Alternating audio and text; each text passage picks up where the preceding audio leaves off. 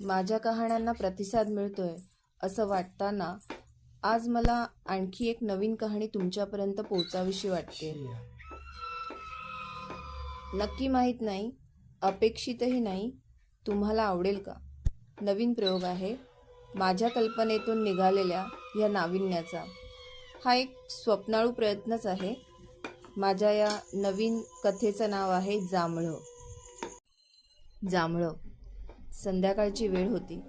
रहदारीच्या रस्त्यावरून मी आणि माझी भाजीची पिशवी अशा दोघेही एकत्र चाललो होतो. मी माझ्या भाजीच्या पिशवीकडे बघून अजून काय घेणे आहे याचा विचार करत होती.